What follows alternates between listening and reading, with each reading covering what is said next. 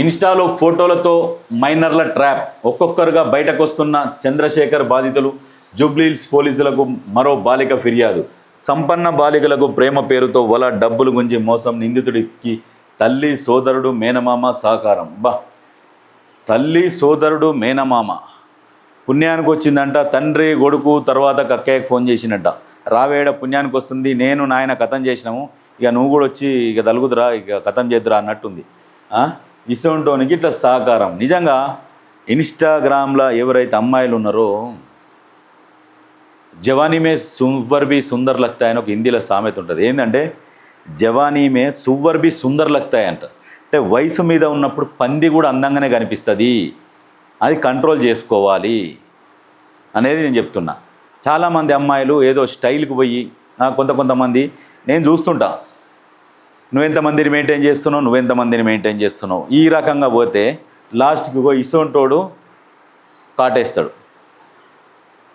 అందుకనే మీరు ఎంతైతే ఓవర్గా సోషల్ మీడియాను వాడుతున్నారో అదే సోషల్ మీడియాని అదును చూసుకొని మిమ్మల్ని కాటేసేందుకు రెడీగా కూర్చున్నారు ఇటువంటి వాళ్ళు. అందుకనే పిల్లలు ఏం చేస్తున్నారు, పిల్లలు ఏమేమో సోషల్ మీడియాలో దేంట్లో ఉన్నారు, తల్లిదండ్రులు ఒకసారి కాకుండా ఒకసారి వాళ్ళ చెక్ చేసుకోవాలి.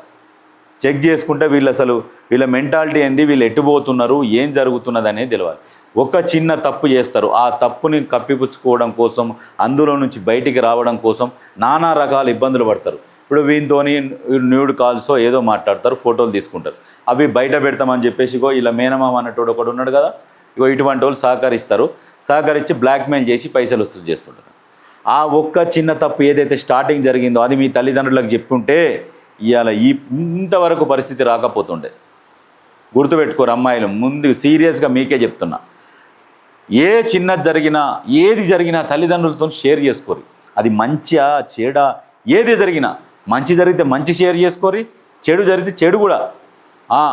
మమ్మీ డాడీకి ఇది జరిగింది, గిట్లా అయింది, ఏం చేయాలి అని చెప్పాలి. సరే తప్పు జరిగితే ఒక రెండు తిడతారేమో, కానీ మిమ్మల్ని వదులుకోరు కదా, మీ మీదేమో బ్యాడ్ ఇంప్రెషన్ పెంచుకోరు కదా. ఎట్ట జరిగింది నేను ఇట్లా చేసినా అని అన్నాం అనుకో, చెప్తారు, అరే ఇట్లా చేయొద్దు ఇంకోసారి, ఇది ఓకే ఇప్పుడు చెప్పినావు మంచిగా ఉన్నదని వాళ్ళు అర్థం చేసుకుంటారు. మీ మనస్తత్వం లాగా వాళ్ళ మనస్తత్వం ఉండదు. తల్లిదండ్రులది ఎట్లుంటుందంటే మెచ్యూర్డ్గా ఉంటుంది. వాళ్ళు ఏంటంటే ఆ స్టేజ్ నుంచి ఆ స్టేజ్కి వచ్చారు కాబట్టి అన్ని ఆలోచనలు ఉంటాయి. కాబట్టి జాగ్రత్తగా మీ తల్లిదండ్రులు తిట్టేదానికంటే కూడా ఇసొంటోని వలలబడి ఆగమైపోడు, అది కరెక్టా? తల్లిదండ్రులు ఒక మాట అంటే కరెక్టా?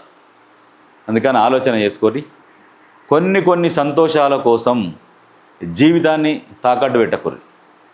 చిన్న సంతోషాలకు జీవితాలను తాకట్టు పెట్టకుర్రి. మంచిగా చదువుకుంటే మంచి భవిష్యత్తు ఉంటుంది. ఆ భవిష్యత్తు తర్వాత మీరేవేవైతే కలలు కంటారో చిన్న సంతోషాలు కాదు, పెద్ద సంతోషాలు కాళ్ళ ముందులకు వస్తాయి. అది గుర్తుపెట్టుకోరు.